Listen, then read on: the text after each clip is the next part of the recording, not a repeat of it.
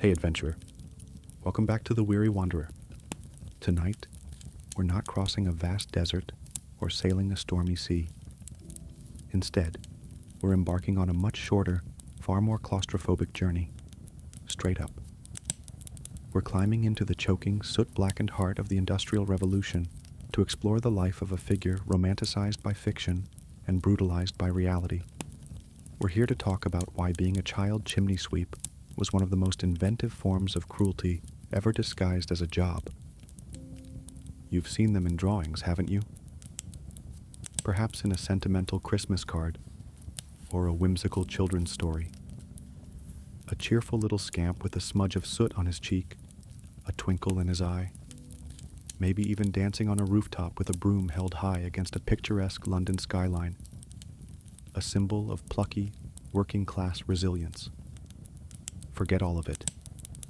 Erase that image from your mind. Being a real child chimney sweep, a climbing boy, was nothing like a whimsical illustration.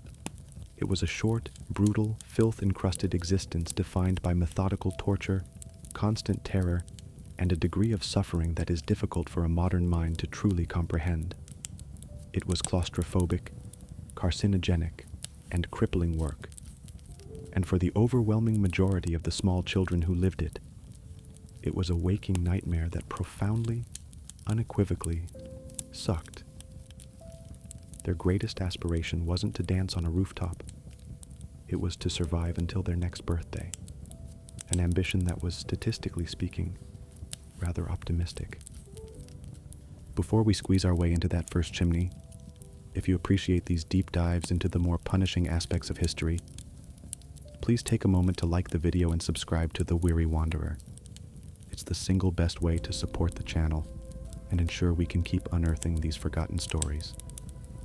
And as always, I'd love to hear your thoughts in the comments below. Let me know what historical job you think rivals this one for sheer, unadulterated misery. Now perhaps find a comfortable spot, a true luxury our climbing boy rarely if ever knew. Let the world outside fade away. Don't close your eyes, because you'll need to imagine the darkness we're about to enter. Prepare to crawl into a space no wider than a coffin, a vertical tomb of brick and soot, as we explore the life of a child who was sold for pocket change and sent to climb into hell. You weren't so much born as you were condemned into the noble, soot-choked lineage of a climbing boy. There was no grand destiny, no family crest, no proud tradition spoken of in hushed, reverent tones around a crackling hearth. If there was a hearth in your hovel at all, its primary function was likely as a grim reminder of the very thing that would soon consume your life. No silver spoon awaited you in your crib, just the damp chill of a London slum and the ever-present cloying scent of coal smoke, poverty, and despair practically woven into your swaddling cloth. For a child chimney sweep, the calling wasn't a whisper from the heavens. It was the desperate, hollow-eyed calculation of a parent with too many mouths and not enough bread. The transaction itself was a masterpiece of grim, understated bureaucracy. It likely took place on a damp, gray morning, the kind where the fog and the coal smoke conspire to blot out the sun entirely. Your father, or perhaps a parish beadle with all the warmth and compassion of a filing cabinet, would have led you to a meeting with your future. This future had a name, the Master Sweep. He wouldn't have looked like a villain from a penny dreadful. He would have looked like work. His hands were permanently stained black, the soot ground so deep into the creases and whorls of his skin that it had become a part of his very flesh. His face was a road map of hardship, and his eyes, when they looked at you, weren't necessarily cruel. Not at first. They were appraising. It was the same look a carpenter gives a piece of wood, or a butcher gives a side of beef. You weren't a boy. You were an asset. A tool. Specifically a small one. Your price? It varied. Sometimes it was a few shillings, just enough for a week's rent or a few nights of forgetting one's sorrows in a gin den. Sometimes it was even less. A parish might simply hand you over to get you off their books, a transaction cloaked in the benevolent language of apprenticeship. This was the true genius of the system. It wasn't officially slavery. Oh no, it was a trade. A 7-year indenture, signed and sealed, promising you room, board, and instruction in the art and mystery of chimney sweeping. In reality, the mystery was how anyone could survive it, and the art was learning to cry without making a sound. The paper you were traded for wasn't a contract. It was a receipt. You were a sunk cost from the moment your grubby hand was placed in the master sweep's calloused, blackened palm. From that moment, your childhood, as brief and meager as it might have been, was over. It was amputated. There was no gentle transition, no orientation day. You were taken from whatever sparse familiarity you knew and plunged into a new world, a world that operated on a simple, brutal logic. The master sweep's house was your new home. It wasn't a house so much as a soot factory with a few cots in the cellar. The cellar was your dormitory, shared with 2 or 3 other boys, all of you smelling perpetually of old smoke and new fear. The floor was likely bare earth, and your bed was a collection of soot sacks, which had the dual advantage of being both cheap and already the color you would soon be. Your training began immediately, and it wasn't training, it was breaking. Like a wild animal, you had to be hardened. This often involved a period of systematic starvation to make you thinner and more compliant. It involved beatings for crying, for hesitating, for being afraid. Your toys? Your toys were a brush and a scraper. Mundane, essential items of the trade, yes. But to you, they were instruments of a baffling new torture. Your playground? Your playground was the practice flue. Often built in the master's yard, it was a narrow brick chimney, cold and menacing. While other children were chasing hoops or playing with marbles, you were mastering the grim skills essential for survival. You were learning how to brace your back against one wall and push with your knees and elbows on the other, inching your way up a vertical coffin. Fun games included learning the flue. This is where the master would send you up the practice chimney, and if you were too slow or too scared, he would light a small fire of straw or even sulfur at the bottom. It was called lighting a fire under him, or tickling, a whimsical name for a practice that involved searing your feet and filling your lungs with acrid smoke to force you upward. The lesson was simple and effective. The fear of the fire below had to be greater than the fear of the suffocating darkness above. You learned that pain was a motivator, and that your fear was an inconvenience to your owner. Your primary instructor in this soot-filled school of hard knocks was the master sweep. His vocabulary was as sparse as your daily rations, consisting mainly of grunts, curses, and the sharp cutting command of, "Up you go." He taught you everything not through patient explanation, but through a shove from behind, a cuff to the ear, or the eloquent threat of the fire. And yet, even in this abyss, the human spirit can find the strangest, most fleeting glimmers. Was there anything positive?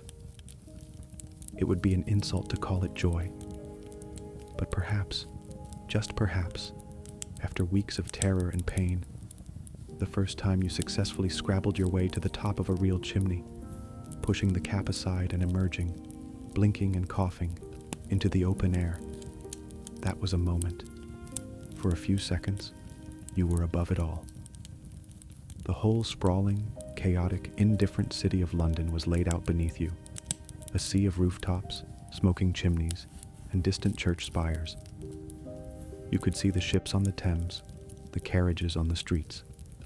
For one brief, awe-inspiring instant, you were the highest person in the world. You were a king on a throne of brick and soot. This wasn't happiness. It was a gasp of air before being plunged back underwater. It was the universe showing you exactly what you were missing.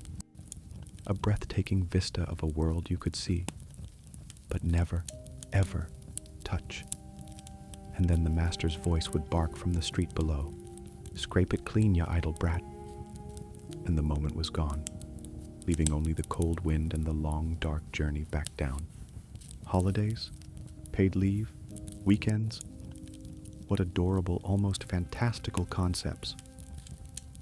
For a climbing boy in 18th century London, these were notions as alien and unreachable as the private thoughts of the king.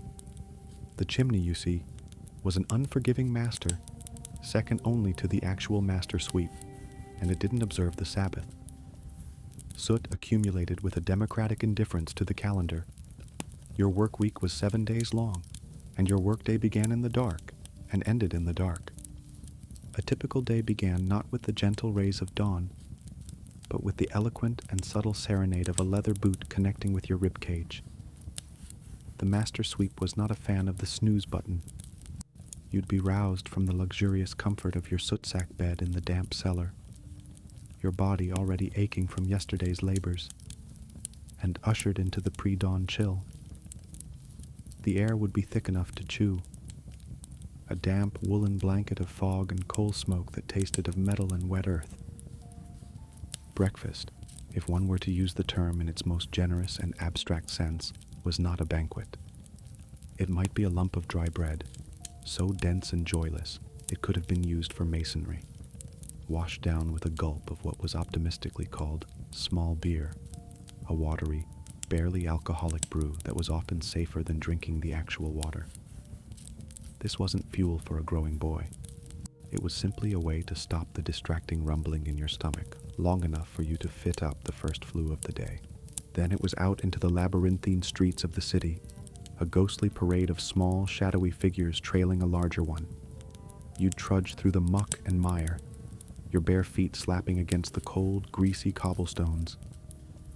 The city at this hour was a different beast, a world of shadows and whispers, of clattering milk carts, and the distant, mournful cries of vendors. But you saw none of its romance. You only saw a succession of doors, each one a portal to a new vertical torment. Upon arrival at the first job, a grand townhouse in a place like Bloomsbury, you wouldn't be greeted with a smile. The cook or the housekeeper would eye you and your master with a mixture of necessity and disdain. You were a dirty, unpleasant solution to a dirty, unpleasant problem. You were, in essence, a human-shaped cleaning implement, and you would be treated with about as much warmth and affection. A sheet would be laid on the floor, a perfunctory nod to protecting the fine carpets from your very existence, and then it was time to get to work. The master would point to the fireplace. Up you go. And you went. You'd strip down to your trousers and shirt, or more likely, just the threadbare trousers. Your uniform was your own skin.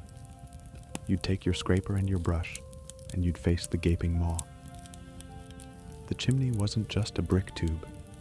It was a living, malevolent entity. It was an antagonist. Each one had its own personality, its own unique architecture of suffering. Some were straight and wide, relatively simple ascents that allowed for a grim, straightforward rhythm. But others were the work of a sadistic architect. They would twist and turn unexpectedly, narrowing to a horrifying squeeze just when you thought you were making progress. The bricks would be slick with damp creosote, offering treacherous handholds. The entire structure felt less like a passive conduit for smoke, and more like a digestive tract, and you were the meal it was slowly, grudgingly processing. The climb itself was a symphony of agonizing effort. You'd brace your back against one wall, your knees against the other, and push, scrabble, push, inch by agonizing inch. The darkness was absolute. It was a physical presence, pressing in on you, broken only by the faint light from below, or the promise of a gray pinprick of sky far, far above. Soot, the true villain of this story, would immediately begin its assault. It wasn't just dust. It was a thick, greasy, carcinogenic blanket. It cascaded down on you, filling your mouth, your nostrils, your eyes. You learned to climb with your eyes shut and your mouth clamped tight, breathing in shallow, desperate gasps. The grit would work its way into every scrape and cut, a constant grinding irritant. And let's not forget the sensory overload, the sheer cacophony of misery. The primary sound was the scrape, scrape, scrape of your own brush against the brick, a sound that would echo in your dreams, It was accompanied by the scuttling of unseen things in the darkness, rats most likely, who regarded you as an unwelcome intruder in their vertical kingdom. You'd hear the muffled shouts of your master from the world of light and air below, urging you on, his voice a distorted demonic boom. And above it all, the sound of your own ragged, panicked breathing and the frantic, terrified thumping of your own heart. The dominant discomfort was a tie between the pain and the itch. Your knees and elbows would be scraped raw within the first few feet, and every upward movement was a fresh torment, grinding soot and brick dust into the open wounds. But the itch, oh, the itch. The soot had a way of getting everywhere, working its way into your skin, under your fingernails, into your scalp, creating a maddening, inescapable itch that you couldn't possibly scratch. And the smells. Oh, the glorious olfactory landscape of your profession. It was a complex and layered perfume that we shall call eau de misery. The base note was, of course, cold, stale soot. This was layered with the pungent, acrid aroma of creosote, the sharp tang of bird droppings from ancient nests you had to clear, the musty scent of damp and decay, and the unmistakable odor of rat. All of this was topped off with the faint, ever-present smell of your own fear. If you were lucky, you'd make it to the top without getting stuck. You'd emerge into the sky, a soot-blackened creature reborn into the light. That brief, fleeting moment of open air, of wind on your filthy face, that was the closest thing to a reward you ever got. But there was no time to enjoy it. You had to announce your success, your cry of sweep, a testament to the fact that you hadn't suffocated in the dark. Then you'd get to work, scraping the chimney pot clean before beginning the perilous, awkward journey back down, back into the waiting darkness, where the whole miserable process would begin again at the next house, and the next, and the one after that, day after day after day. The daily grind wasn't a grind. It was a slow, methodical erasure of a human being. In any respectable trade, a craftsman is defined by the quality of his tools. A carpenter has his cherished chisels, a mason, his trusted trowel. These are extensions of his skill, objects of pride and care. The child chimney sweep also had tools, but his relationship with them was less a partnership and more of an abusive codependency, a bond forged in shared misery and mutual betrayal. His tools weren't precision instruments. They were blunt, clumsy accomplices in his daily ordeal, and more often than not, they were just another thing to go wrong. Let's begin with the star of the show, the iconic chimney sweep's brush. This wasn't some lightweight feather duster affair. It was a heavy, brutish thing, a dense head of stiff, unyielding bristles, often whalebone or bass fibers, attached to a handle. Its primary function was to be pushed ahead of you as you climbed, dislodging the looser soot. However, it had a personality, and that personality was that of a stubborn, oafish mule. It possessed an uncanny genius for getting wedged. In a slightly narrowed section of the flue, the bristles would splay out, bite into the brickwork, and refuse to budge, leaving you trapped below it in the choking darkness. The panic of a jammed brush was a unique and exquisite flavor of terror. You were stuck. The only way out was up, and the way up was blocked by your own supposed instrument of liberation. Shoving it with all your might would only wedge it further, and the frantic scraping sounds would do little but alert your master below that you were, once again, failing at the simple task of not getting entombed alive. Then there was its partner in crime, the scraper. This was a simple, triangular piece of metal, designed for chipping away the hard, tar-like deposits of creosote that the brush couldn't handle. In theory, a useful device. In practice, it was a finely crafted instrument for skinning your own knuckles raw against the brick. It was awkward to hold, clumsy to use, and had a nasty habit of slipping from your soot-slicked fingers and clattering all the way down to the bottom, leaving you to face a stubborn patch of creosote with nothing but your fingernails. The clatter of a dropped scraper was a dreadful sound. It was the sound of failure, the sound of an inevitable punishment to come, and the sound of you having to make the long, miserable journey back down to retrieve it, only to have to climb the entire chimney all over again. But of course, we're burying the lead. The brush and the scraper were merely accessories. The primary tool, the truly essential piece of equipment in the Master Sweep's collection, was you. You were the instrument. Your small, flexible, underfed body was the ingenious, self-propelled device designed to navigate the tight, twisted architecture of a chimney. Your value was directly proportional to your diminutiveness. Your ribs were the calipers that measured the width of the flue. Your elbows and knees were the climbing gear. Your life-preserving instinct to escape the fire lit below was the motive force. You were a tool that could feel pain, a scraper that could feel fear, and a brush that could bleed. And like any tool, you required maintenance to be kept in working order. This maintenance, as administered by the Master Sweep, generally consisted of beatings to ensure compliance and strategic starvation to maintain your slender, useful frame. A boy who grew too much was like a chisel that had lost its edge. His utility decreased, and he would soon be discarded. Now, what about protection? What state-of-the-art personal protective equipment was provided to this most vital and vulnerable of tools? Well, the list is short and profoundly unimpressive. Your primary protection against the constant abrasion, the cold, and the carcinogenic filth consisted of a pair of threadbare trousers and perhaps a shirt that was more whole than fabric.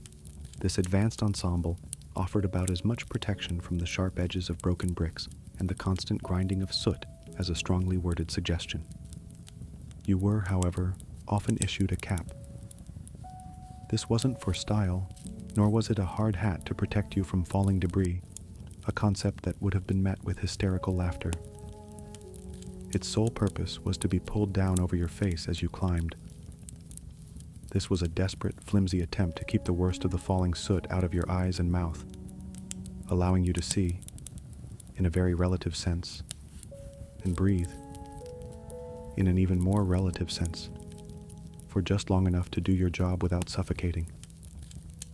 It was, in essence, a blindfold that you were supposed to be grateful for.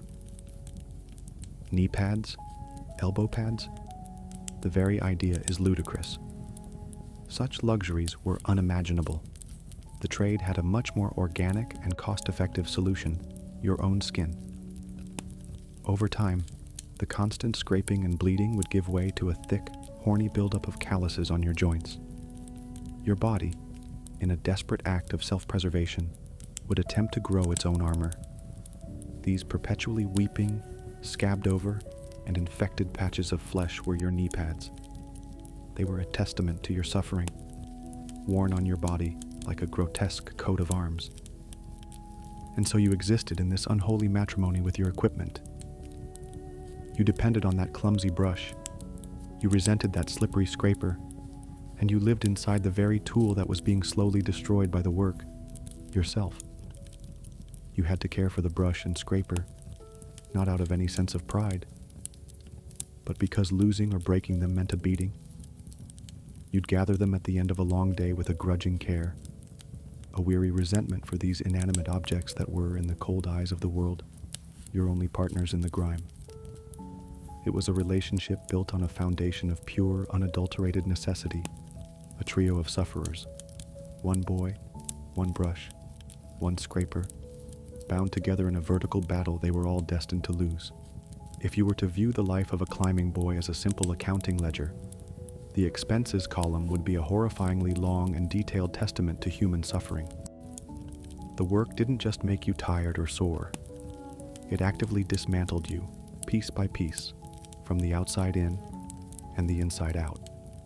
By the time he reached what a pampered nobleman might consider the cusp of adolescence, say, age 14 or 15. Our climbing boy's body was already a living museum of occupational hazards, a ruined temple to the god of soot. Let's begin with the exterior, the canvas upon which his profession painted its masterpiece of misery, his skin. It was a perpetually inflamed, weeping battleground. The constant scraping against brick resulted in a condition grimly known as chummy elbows, where the joints became open, infected sores. But the true enemy was the soot itself. It wasn't just dirty, it was chemically hostile. It worked its way into every pore, every cut, every fold of skin, causing a constant, agonizing itch, and a host of rashes and afflictions. His skin, which was supposed to protect him, became a prison of torment. And then there was the physical framework, the very skeleton that was supposed to hold him up. The constant, unnatural contortions required to navigate twisting flues had a profound and lasting impact. His spine, forced into grotesque curves for hours on end, would likely develop a permanent twisted set, resembling a gnarled old tree branch. His growth, already hampered by chronic malnutrition, would be officially stunted by the sheer physical stress of the labor. He would be small for his age, with knees that were often permanently bent into a climbing posture, giving him a strange crab-like gait on the rare occasions he was allowed to just walk. His magnificent ruined hands, which should have been learning to write or hold a toy, became gnarled claws, the knuckles permanently swollen and the fingers stiff from gripping his scraper. His eyes, the windows to his weary soul, were in a state of constant siege. The relentless cascade of soot caused chronic inflammation, a painful condition that left his eyelids red and swollen and his vision blurry. Good eyesight was a luxury he couldn't afford to lose, but his job was doing its level best to rob him of it, leaving him to navigate the perilous darkness of the flue with eyes that stung and watered constantly. But the true horror story was taking place on the inside. While his exterior was being scraped and scarred, his interior was being poisoned and petrified. Let's talk about his lungs. With every climb, he was inhaling a cocktail of soot, ash, and countless other carcinogens. This led to a condition called chimney sweep's consumption. His lungs, which should have been pink and healthy, were slowly being coated in a thick black layer of filth. He would develop a hacking, rattling cough that never went away, a cough that shook his small frame and brought up phlegm the color of midnight. Drawing a full, clean breath was a forgotten luxury. His own lungs were becoming geological specimens, slowly turning to stone in his chest. This wasn't just a collection of spectacular injuries, however. The profession was also a prolific distributor of more insidious internal afflictions. The most famous, and the most horrifying, was an ailment that would later give its name to the entire field of occupational cancer. It was first identified by a surgeon named Percival Pott in 1775, and it was called chimney sweep's carcinoma. It was, specifically, cancer of the scrotum. The science behind it is as simple as it is grotesque. The carcinogenic soot would collect in the folds of the skin, a place that was rarely, if ever, properly washed. Over years of constant exposure, this toxic buildup would trigger the growth of horrific tumors. It was an agonizing, foul, and almost invariably fatal condition. It stands as one of history's most vicious ironies. A job that required a small, prepubescent boy would often kill him as a young man with a disease directly related to his own anatomy. The very symbol of his masculinity was turned into the instrument of his death sentence by the soot he was forced to live in as a child. And all of this was happening to a body that was already running on empty. The chronic malnutrition we discussed earlier wasn't just about a rumbling stomach. It meant a weakened immune system, making him susceptible to every fever, flu, and pestilence that stalked the London slums. It meant his bones were brittle, and his cuts refused to heal properly. It led to a level of profound, bone-deep exhaustion that sleep barely dented. He lived in a permanent state of physical depletion. While his body was engaged in this constant losing battle, his mind was fighting its own silent war in the dark. There was, first and foremost, the ever-present hum of low-grade fear. Every climb was a gamble. The fear of getting stuck, of a flue narrowing unexpectedly, was a constant suffocating dread. The fear of hanging the pot, getting so thoroughly wedged that you could neither go up nor down, was the ultimate nightmare. It meant a slow, lonely death by suffocation in a vertical tomb. Your own panicked breathing your only companion as the air ran out. Then there was the sheer, soul-crushing monotony. The darkness, the scraping, the pain. It was the same yesterday. It was the same today. And it would be the same tomorrow.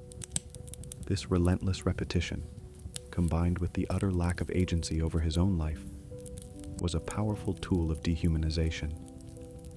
He wasn't a boy. He was property, an object. His inner world likely became a fortress of stoic resignation, a bleak landscape of weary cynicism punctuated by flashes of impotent anger that he would never, ever dare to show. What could possibly be a positive in this abyss? There was no joy, no happiness. But there was sometimes a flicker of something else. In the cellar, huddled with the other boys on the soot sacks, there might be a moment of shared humanity, a whispered joke so dark it would make a gravedigger wince, a shared story, a mythologizing of a particularly difficult chimney, turning a place of terror into a dragon to be slain. There was a grim camaraderie forged in the crucible of shared agony. They would compare their scrapes and sores, not with self-pity, but with a strange, competitive pride. These weren't friendships in the modern sense. They were alliances of survival. They were tiny, gasping breaths of connection in an ocean of isolation and suffering, a fleeting reminder that they were not entirely alone in their personal hell. You might think that after the physical torments of the climb, the constant threat of suffocation, and the litany of diseases patiently waiting to claim you, that the human element might offer some small respite, a kind word, a moment of sympathy, a shared glance of understanding. You would, of course, be spectacularly wrong. The people our climbing boy encountered on his daily rounds were not a balm for his suffering. They were, more often than not, just salt, grit, and vinegar to be ground vigorously into his already open wounds. Let's start at the top of the food chain. Your direct superior, the master sweep. We've established that he wasn't necessarily a storybook villain, but that almost made it worse. His cruelty wasn't born of some grand malevolent passion. It was a dull, pragmatic, and thoroughly workaday brutality. He was a small businessman in a competitive industry, and you were his most important and most replaceable piece of capital equipment. His primary interactions with you were inspections and maintenance. He'd check your hands for calluses, your body for any growth that might render you too wide for a standard 9-inch flue. And his primary tool of motivation was, as we've noted, his boot or a thin cane. His qualifications for the job seemed to be a complete inability to smile and an intimate understanding of the precise amount of pain required to force a terrified 6-year-old up a chimney. He didn't see you as a child. He saw you as a mouth to feed that, if it wasn't actively earning its keep by risking its life, was a drain on his profits. Then there were the clients, the delightful cast of characters whose homes you were servicing. You rarely saw the lord and lady of the manor. They existed in a different dimension, a world of silk, perfume, and warmth that you only glimpsed in the form of a discarded wineglass or a pristine, untouched chair. Your primary point of contact was further down the chain of command, usually the housekeeper or the cook. These were the sergeants of the domestic army, and they ruled their territory with an iron fist and a profound sense of weary indignation. To the housekeeper, You were not a person. You were a mess. A necessary mobile contamination that had to be briefly allowed into the house to prevent it from burning down. She would watch your every move with the sharp, hawkish gaze of someone expecting the absolute worst. Her primary concern wasn't that you might fall and break your neck inside her chimney, but that you might track soot onto the Aubusson carpet. She'd speak about you, but rarely to you, directing her clipped, impatient instructions to your master. See that he covers his feet, she'd snap, as if your filthy, calloused soles were a deliberate personal insult. Your reward for a successfully cleaned flue, a task that prevented a catastrophic house fire and protected the lives of her employers, was her palpable relief when you were finally escorted out the tradesman's entrance. Gratitude was a foreign currency, and you were a beggar in a land that didn't trade in it. Did anyone ever say, "Well done, lad, for successfully navigating that death trap and not dying horribly behind our walls"? Unlikely. Your competence was assumed. Your failure, however, was a major incident. A clumsy exit from the hearth, a small puff of soot escaping the protective sheet, was a crime against domestic order. It would earn you a sharp word, a cuff from your master, and perhaps a deduction from your already non-existent wages. You weren't seen as a skilled tradesman. You were a renewable resource, a grimy problem solver, and your value evaporated the second the job was done. And what of your companions in this floating purgatory? The other boys who shared your cellar and your fate. This was not the heartwarming band of brothers you might read about in a novel. It was a desperate, feral pack, a miniature society governed by the same brutal laws as the world outside. There was a grim sort of camaraderie, yes, but it was a fragile thing, easily shattered by hunger or fear. A pecking order was established almost immediately. The older boys, the grizzled veterans of 9 or 10, would assert their dominance over the newer, smaller arrivals. This could mean a better spot on the floor, away from the worst of the damp, or first claim on any scrap of food that was found. Laughter, when it occurred, was a harsh, barking sound, usually at the expense of someone else's misfortune. A slip, a fall, a particularly nasty telling off from the master. Yet, there were moments. In the shared darkness of the cellar, after the master was asleep or out, a flicker of solidarity might ignite. An older boy might wordlessly show a younger one how to dress a scraped elbow with a bit of rag and spit, a gesture of profound tenderness in a world utterly devoid of it. They might whisper stories, turning the master into a dim-witted giant and the chimneys into mythical beasts they had slain. This was their coping mechanism, a way of building a tiny, fragile wall of shared identity against the overwhelming tide of their misery. They might develop their own slang, a coded language of suffering that the master couldn't understand, forging a bond that was invisible to their tormentors. But constant privation is a corrosive acid to the soul.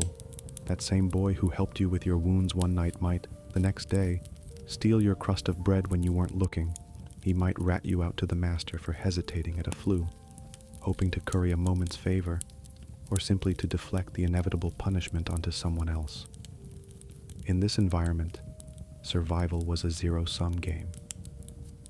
Another boy's failure could be your momentary advantage. It was a society of desperate alliances and sudden pragmatic betrayals. Mostly, though, it was a collective endurance. A group of ghosts in training, learning the hard lesson that in their world, the only person you could truly, unequivocally rely on was yourself. And even that was a risky bet. Now, you might be thinking that for a life of such relentless toil and terror, there must have been some compensation in the form of basic creature comforts. A warm bed, a hearty meal, a peaceful night's sleep. These are the fundamental pillars that allow a human being to recharge and face the next day.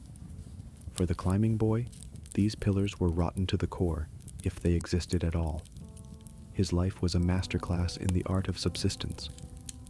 where the concepts of comfort and luxury were so distant, they might as well have been myths from a foreign land. Let's begin with the dining experience, a culinary tour of despair that would make a military quartermaster blush. Dining aboard your average Master Sweeps establishment was an experience best forgotten, though unfortunately it was repeated daily. The staple of your diet, the very foundation of your nutritional pyramid, was bread. But this was not the warm, crusty loaf you might imagine. This was a dense, coarse, often gritty cake of dark flour, frequently cut with cheaper fillers like sawdust or bean flour to make it go further. It had the texture of compacted earth, and a flavor that suggested it was baked with more regret than yeast. Often it would be stale, the corners hard enough to sharpen a blade on. This wasn't food. It was a gastronomic chore, something to be gnawed on until your jaw ached, providing just enough ballast in your stomach to keep the hunger pangs at a dull roar. This magnificent bread was often accompanied by its loyal companion, watery gruel. This was a thin, gray, listless porridge, usually made from oats or whatever cheap grain was available, boiled in water until it achieved a consistency that was neither liquid nor solid. It was the taste of pure, unadulterated sustenance, utterly devoid of joy, seasoning, or satisfaction. On a truly magnificent day, a day of such bountiful fortune, you might suspect the world was about to end. This feast might be augmented, perhaps with a single, pungent raw onion, its sharp bite a welcome distraction from the blandness. Or maybe, as a reward for not dying on a particularly difficult job, you might be graced with a small morsel of fatty bacon or a rubbery piece of gristle that was optimistically called meat. And to drink? You were treated to the house vintage, a beverage known as small beer. This was the weak, watery runoff from a second or third brewing process, resulting in a drink that had just enough alcohol to kill some of the bacteria, but not enough to offer any sort of comfort or cheer. It was thin, often sour, and tasted vaguely of disappointment. But it was infinitely preferable to the alternative, water drawn from the nearest communal pump, which was often a flagrant and enthusiastic purveyor of cholera and typhoid. This diet wasn't designed for a growing boy, let alone one engaged in hours of intense physical labor. It was a calculated ration of misery, providing the absolute minimum number of calories required to keep you from the inconvenience of expiring on the job. The constant hunger was a dull ache, a permanent resident in the pit of your stomach, reminding you of your own worthlessness. So, after a gourmet meal like that, you'd surely retire to your comfortable sleeping quarters, your personal space, your sanctuary. Except your sleeping quarters were typically the cellar, and your sanctuary was a pile of soot sacks. The concept of home is where the heart is a lovely sentiment. But for you, home was where the bilge water is. You'd descend into the damp, subterranean darkness, a place that smelled permanently of cold earth, mildew, and of course soot. The air was stagnant, the light non-existent. Your bed, as we've mentioned, was a collection of the very sacks used to haul away the day's grime. These were not cleaned. Why would they be? You were only going to get them dirty again tomorrow. They were rough, burlap sacks, stiff with ancient soot and damp from the cellar air. They offered the comfort and support of a pile of gravel, and they ensured that even in your sleep, you were never truly free from the smell and feel of your trade. Privacy was a concept as alien as a day off.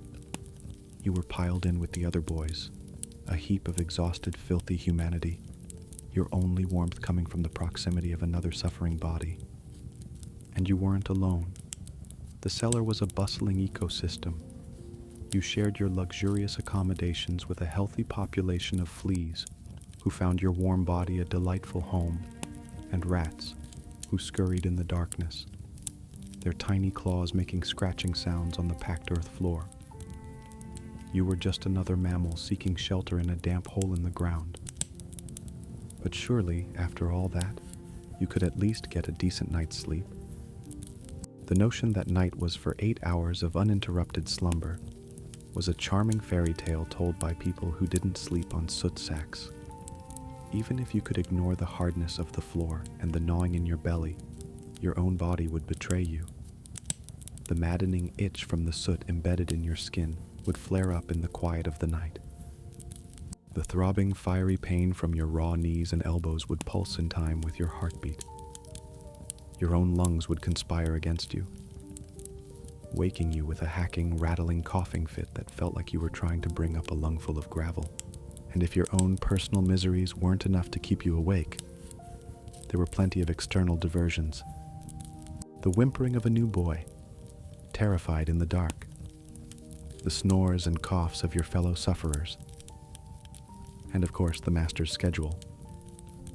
A pre-dawn start for a job on the other side of the city meant being kicked awake hours before sunrise. An emergency, a chimney actually on fire, meant being dragged out of your bed at any hour of the night for a hot job. One of the most terrifying prospects of all. Deep, restorative slumber was a rare and precious commodity, a treasure you might stumble upon once or twice a year.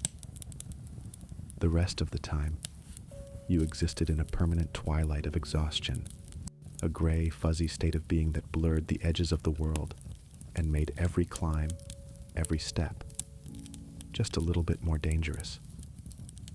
Your bed wasn't a refuge. It was just a brief pause in a long sentence of hard labor. In the grand, bustling marketplace of 18th and 19th century London, a city built on the magnificent concepts of capital, commerce, and trade, every service had its price. Every man, from the banker to the barrow boy, understood the fundamental principle of exchanging labor for currency. It is therefore reasonable to ask, what was the salary for a child chimney sweep? How was he compensated for his highly specialized, incredibly dangerous, and socially vital work? The answer is simple. He wasn't. The concept of a regular payday involving the delightful clinking of shillings and pence was, for most climbing boys, a delightful fiction, a fantasy as remote and unattainable as being clean. You were not an employee.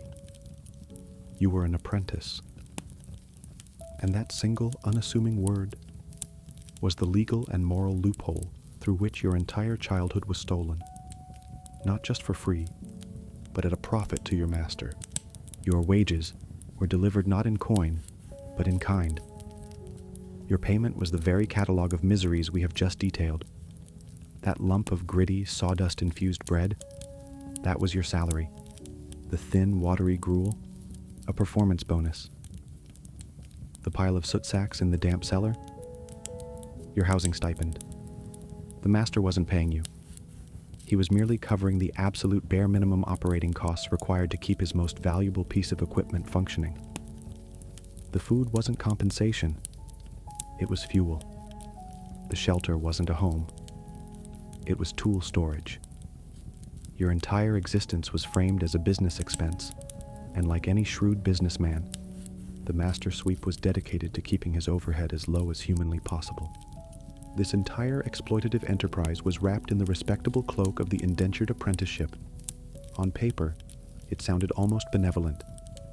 A master of a trade takes on a young, destitute boy, offering him food, lodging, and most importantly, instruction in the art and mystery of a profession. In exchange, the boy provides his labor for a set term, usually 7 years. At the end of this term, he would emerge as a qualified journeyman, ready to make his own way in the world.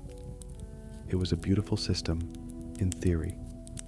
In practice, it was a scam of breathtaking cynicism. The art and mystery you were being taught was the art of contorting your body into a space no human should enter, and the mystery of how to survive it. Your 7-year education was a curriculum of pain, hunger, and carcinogenic exposure. Your graduation, should you be so unlucky as to survive that long, did not lead to a bright future as a proud artisan. It led to you being a broken down, physically wrecked young man, often too large to climb anymore, with lungs full of soot and a body riddled with ailments, spat out into a world with no other skills and no safety net. The only career path your apprenticeship truly prepared you for was perhaps becoming a master sweep yourself, thereby securing your opportunity to visit the same horrors upon a new generation of stolen children. And oh, the creative accounting. Your master was not above docking your pay for perceived infractions. Did you drop your scraper down a flue requiring a second time-consuming climb? That might cost you the week's ration of onions. Did you tear one of the precious soot sacks? The cost of its repair would be debited from your entirely imaginary account. Were you too slow? Too fearful? Too childish? A fine could be levied, payable in the currency of a missed meal or an extra beating. It was a closed system of economic damnation from which there was no escape. You were born into debt, and every day you worked, you only sank deeper. Now let us zoom out and appreciate the grand cosmic irony of your economic position. You operated in the heart of the wealthiest, most powerful empire on earth. You would be called to service the chimneys of the very institutions that powered this empire. You might climb the flues of the great banks in the city of London, ensuring the ledgers of international trade didn't go up in smoke. You might be sent to the grand townhouses of politicians who debated the economic fate of nations in their parlors below. You scaled the walls of the homes of industrialists whose factories were spewing the very smoke that was your bread and butter. You were the lifeblood of London's safety. A single clogged flue could lead to a house fire. And in a city built of timber and brick, a single house fire could lead to a catastrophic inferno that could wipe out entire districts, destroying untold wealth and lives. You, the small, shivering, soot-blackened boy, were the humble guardian against this chaos. You were the unseen ant, laboring tirelessly to protect the mountain of gold. And for this pivotal role in the preservation of a civilization's wealth, you were rewarded with a social status somewhere between a sewer rat and a patch of particularly stubborn mildew. You moved through a world of unimaginable riches, yet your own pockets, if you even had any, would have contained nothing but lint, soot, and shattered dreams. Your already precarious existence was further buffeted by the whims of forces far beyond your control. A bad winter with a coal shortage might mean fewer fires lit, less work, and therefore even more meager rations from a master feeling the pinch. A new parliamentary act, perhaps a well-meaning but toothless piece of legislation suggesting that boys under the age of 8 shouldn't be sent up chimneys, would be a distant rumor, a whisper among the masters that changed absolutely nothing about the fact that you, a 6-year-old, were still being kicked awake at 4 a.m. Your economic reality was a flat line of utter destitution, completely insulated from any possibility of improvement, but exquisitely sensitive to every possibility of getting worse. You weren't just poor. You were a foundational, structural component of someone else's prosperity, and that is the most profound kind of poverty there is. For most people, life is perceived, at least in part, as a journey with milestones. You finish a day's work, you complete a project, you reach a destination. There is a sense of forward momentum, of chapters closing, and new ones beginning. For the child chimney sweep, this entire concept was a cruel fiction. His life was not a line, it was a circle. A tight, filthy, repeating loop of suffering from which there was no exit, only exhaustion. The concept of finishing for the day was a quaint notion. The day was done when the master said it was done, which was usually long after the sun had surrendered and the last ounce of strength had been squeezed from your small body. And finishing a job, that was an even greater illusion. You'd spend an hour battling a particularly malevolent flue in a cheapside bakery, choking on soot and scraping your knuckles raw, only to emerge, gasping, into the gray afternoon. Victory? Number that was just chimney number 6.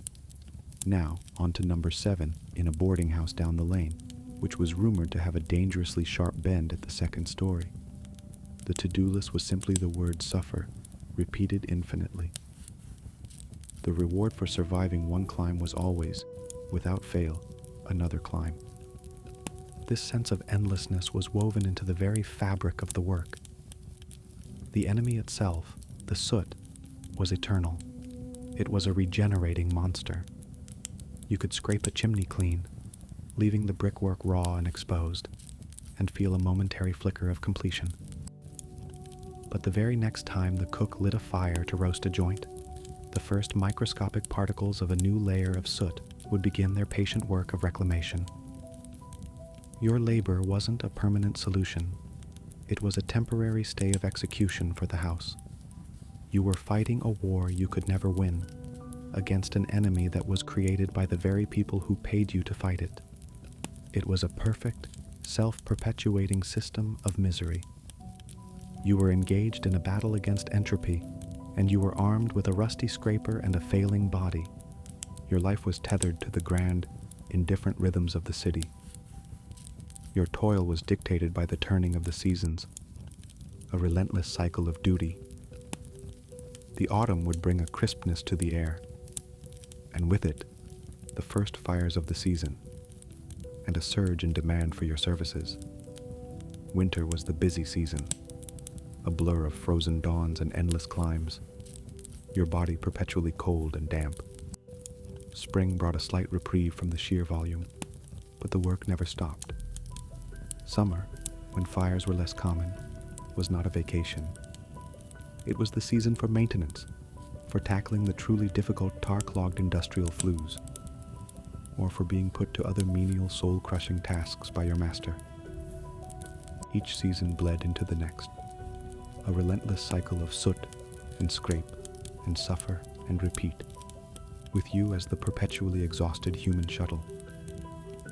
There was no escape from this hamster wheel of torment. Where would you go? The cage wasn't just the master's cellar. It was your entire world. It was built from the bricks of your poverty, cemented with your lack of education, and locked by your own ruined health. To run away was to trade the structured misery of the master for the unstructured misery of the street. A world of starvation and crime where a small, sickly boy was prey for even bigger monsters. You were a cog in London's great, grimy machine, destined to turn and turn and turn until your teeth were stripped bare and you finally broke. It would be an insult to suggest that this life contained anything approaching joy. But even in the deepest, darkest pit of daily misery, the human spirit, that stubborn, irrational weed, can sometimes find the tiniest, most improbable crack of light. These were not moments of happiness. They were tiny, gasping breaths in an ocean of suffocation. They were fleas of grim satisfaction, found only by searching through the mange-ridden fur of a thoroughly miserable existence. There might be a flicker of what a more fortunate person might call professional pride. When you were faced with a flu that was notoriously difficult, a twisted, narrow nightmare that had defeated another, weaker boy, and you made it. You navigated its labyrinthine horrors through skill and sheer bloody-mindedness. There was no one to applaud you, no prize to be won, but for a second, as you emerged into the wind at the top, you knew that you had beaten it. You had looked into a brick-lined abyss and had not been consumed. It was the grim pride of the survivor, a tiny, "I am still here," shouted into the uncaring void. Sometimes there was a purely tactile victory. After minutes of frantic, useless scraping at a stubborn wall of creosote, you'd shift your angle, apply pressure in a new way, and your scraper would bite. A huge, dinner plate-sized sheet of the hard, glassy tar would peel away in one satisfying piece, crashing down the flue behind you. It was a small victory against the eternal enemy, a moment of clean, efficient success in a life defined by clumsy, painful effort. And perhaps the most vital of these moments were the shared ones. In the dark of the cellar, one boy might whisper a joke about the master slipping on a patch of horse manure. A joke so profoundly unfunny, and yet so desperately needed. that it would elicit a series of choked, silent laughs from the other soot sacks. It was the laughter of the condemned, a tiny rebellion. These weren't moments of happiness that lessened the suck. On the contrary, their rarity and fleetingness only served to highlight the vast, bleak expanse of the misery that surrounded them. They were the momentary flicker of a candle, providing not enough light to find a way out, but just enough to see the horrifying size of the darkness you were in. The chimney, like a cruel and patient moneylender, always collects its debts. For years, our climbing boy's youth was the currency he used to pay his way, but it was a loan with a brutally high interest rate, and eventually, the bill comes due. The body, that resilient and much abused machine, finally begins to fail. It doesn't happen all at once. It's a slow creeping foreclosure, a gradual repossession of every functional part. The process of becoming obsolete was subtle at first. That chronic rattling cough, once a mere annoyance, now became a constant companion, a rattling announcement of his presence that left him breathless after climbing a single flight of stairs, let alone a chimney. The arthritis in his joints, born from years of scraping against brick, transformed from a dull ache into a fiery, agonizing protest with every movement, making the simple act of gripping a brush an exercise in pure agony. His eyesight, long besieged by soot, would grow dimmer, turning the already dark world of the flue into a blurry, treacherous void. He would start to slow down. The younger boys, the new recruits with their wiry frames and unscarred limbs, would start to outpace him. He'd hear them scamper up a flue in half the time it now took him, their triumphant cries of "sweet eep" from the rooftop serving as a mocking fanfare for his own decline. The master sweep's gaze, which once held the appraising look of a man evaluating a useful tool, would now pass over him with a new kind of assessment, the cold, calculating look of a man evaluating a liability. He was becoming too big, too slow, too broken. He was a worn-out brush, the bristles frayed and the handle cracked. In a just world, a lifetime of such service would be rewarded with a peaceful retirement. A pension, a cottage, a moment of rest. But there was no pension plan for a chimney sweep. There was no union, no workers' compensation, no golden handshake. The trade had a very simple and efficient retirement plan. You were fired. When you could no longer pull your weight, when you could no longer fit into the narrow flues, you were cast aside. You became redundant. A mouth to feed without the hands to earn it. Your reward for a childhood sacrificed to the chimneys of London was to be turned out onto the street, a broken man in your late teens or early 20s, with no other skills, no money, and a body that was already failing. Your future was a bleak triptych of begging, the workhouse, or a premature, unmarked grave in a pauper's field. But there is one fate, perhaps even more tragic, that we must consider. What if our boy, through some miracle of resilience and luck, survived? What if he made it through his apprenticeship, took over the trade, and against all odds, started a family of his own? He has escaped the immediate clutches of the master, only to find himself shackled by the demands of a family, a wife and children who need to be fed. And the only trade he knows, the only skill he possesses, is sweeping. But he is too big to climb himself. He needs a climbing boy. He needs an apprentice. And there, playing in the muck outside his hovel, is his own son. A small, bright-eyed boy of 5 or 6. You didn't choose this life, and you swore you would never inflict it upon another. But as you look at your own child, a complex, bitter, and nauseating brew of emotions churns in your gut. First, there is the cold, hard slap of grim necessity. You need a climber to earn a living. Hiring one is expensive. Your son is free. Then comes the wave of profound, soul-shattering guilt, the horrifying knowledge that you are about to become the very monster from your own nightmares. You are about to shackle your own flesh and blood to the same leaking barge of a life that crippled you. The training begins, and it is the most exquisitely painful thing you have ever done, far worse than any fire ever lit under your own feet. You find yourself barking at him, the same harsh, clipped commands your master once barked at you. Up you go. The words taste like poison in your mouth.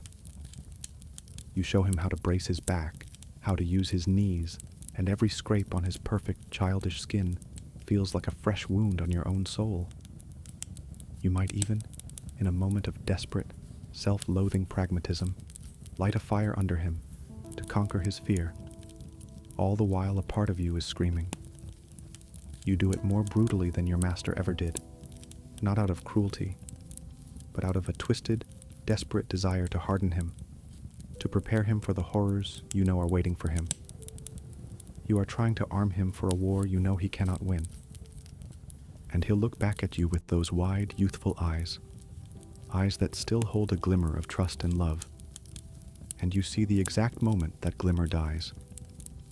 You see it replaced with a mixture of fear, confusion, and the dawning, dreadful understanding that this is his glorious inheritance. You see your own stolen childhood reflected in his terrified face. And in that moment, the cycle is complete. You have survived long enough to become the villain of your own story. You have passed the torch, and you know, with a certainty that chills you to the bone, that it will burn him just as it burned you. Kings and queens, generals and admirals, politicians and industrialists, their names are carved in stone on the grand monuments of London, their faces cast in bronze, their deeds recorded in thick, leather-bound books. They are the architects of empire, the titans of the Industrial Revolution, the celebrated engines of history. But beneath the shadow of every colossal statue, beneath every grand parliament building and every mighty factory, lay the unrecorded sweat, blood, and sinew of countless boys, like the one we've followed. He wore no crown, commanded no army, and his name was never spoken in the halls of power. His greatest ambition was not to build an empire, but to survive until morning. Yet, in his own small, miserable way, he was as essential to the functioning of that empire as any of them. Without his relentless, monotonous toil, the great cities of the industrial age could not have existed as they did. The engine of this new world ran on coal, and the consequence of coal is soot. In a city of millions, with hundreds of thousands of chimneys packed together in a sprawling maze of wood and brick, a single uncontrolled fire was an existential threat. The climbing boy was the city's immune system. He was the tiny, unthanked phagocyte devouring the very substance that could have brought the whole organism to a fiery, collapsed end. The philosophers who debated the nature of man in their cozy, fire-lit studies, the industrialists who planned global trade from their warm counting houses, the families who huddled together against the damp London chill, they all owed their safety to a small, shivering child scrabbling his way through the darkness inside their walls. He was the unseen ant, laboring tirelessly to ensure the mountain didn't burn down. No statues were ever raised in his honor. No plaques commemorate his sacrifice. His name, if it was ever written down at all, has long since dissolved into the indecipherable script of a forgotten parish ledger, his memory as ephemeral as the smoke he was forced to breathe. Yet his legacy is everywhere, hidden in plain sight. It is in the very bricks of the buildings that still stand, the ones that didn't burn down. It's a legacy written not in stone, but in soot and suffering. It's in the grim annals of medical history, where chimney sweep's carcinoma stands as a ghastly monument, the first occupational cancer ever identified, a lesson paid for with the bodies of thousands of children that would, centuries later, help form the bedrock of modern worker safety laws. He didn't just witness history from the gutter. He was inside its skeleton, cleaning its bones. He was the anonymous current, the motive force of sanitation and safety that allowed the great river of 19th century London to flow and flourish without constantly being choked by flames. Nice. So the next time you see a picture of that old London skyline, a romantic silhouette of countless chimney pots against a dusky sky, spare a thought for the forgotten climbing boy. He was not a plucky caricature from a children's story. He was a real child, bought and sold, who lived a life of profound and unrelenting misery. He sought no glory and received none. Yet, in his unceasing labor, in his stubborn endurance against unimaginable odds, he was more than just a sufferer. He was a fundamental part of the great, unseen engine that powered a civilization. He wasn't just a drop in the river of history. He was its will to survive the fire. His name is forgotten, his voice is silenced, but his collective contribution is eternal. A ghost of soot and sacrifice, haunting the very foundations of the modern world.